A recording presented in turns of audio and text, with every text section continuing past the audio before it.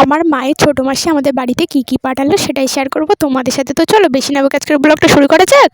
সকালবেলা গেছিলাম বাবার মন্দির থেকে বাড়িতে আসার পরে বসে পড়েছিলাম খেতে। আজকে সকালে খেয়েছিলাম বিরিয়ানি আর তার সাথে ছিল মাংসের তরকারি।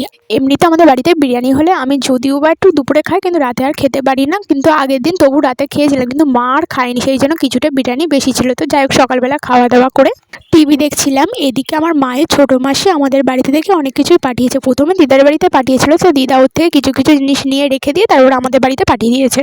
এই যে একটা বড় কুমড়ো দিয়েছে, এটা একটু বড় ছিল, কিন্তু এর ধার দিয়ে দিদা আবার কেটে রেখেছে, সেই জন্য ছোট লাগছে। আর অনেক বিলুতি কুল দিয়েছে। এমনিতে আমি বিলুতি কুল খাই না, কিন্তু এই কুলগুলো সত্যিই খেতে খুব সুন্দর। আমি তো 3-4টে খেয়েছি, আর মেজদিও 3-4টে খাওয়া হয়ে গেছে এর মধ্যে। আর পলতা শাক দিয়েছিল, ওগুলো আমার মেজদির কাটা হয়ে গেছে। তো এই কুল, কুমড়ো আর পলতা শাক এই সব কিছু আমার মায়ের ছোট মাসিদের ওখানকার সব চাষের। তো যাই হোক, তারপরে বসে পড়েছিলাম টিভি দেখতে দেখতে মনে পড়লো বাড়িতে মিষ্টি আছে, সেই জন্য মিষ্টি নিয়ে বসে পড়লাম খেতে। তো চলো মিষ্টি খেতে খেতে একটু কমেন্ট পড়ে নেওয়া যাক।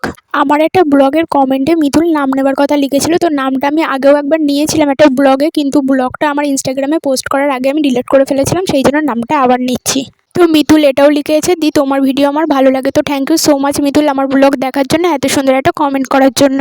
তারপরে দুপুরবেলা মায়ের রান্না হয়ে গেলে আমারও খেতে বসার টাইম হয়ে গেলে বসে পড়েছিলাম দুপুরবেলা খেতে। আজকে দুপুরে আমাদের রান্না হয়েছিল ওই যে বললাম মায়ের মাসি পলতা শাক পাঠিয়েছিল, ওই পলতা শাক রান্না হয়েছিল, আর তেলাপিয়া মাছ দিয়ে আলু দিয়ে তরকারি হয়েছিল।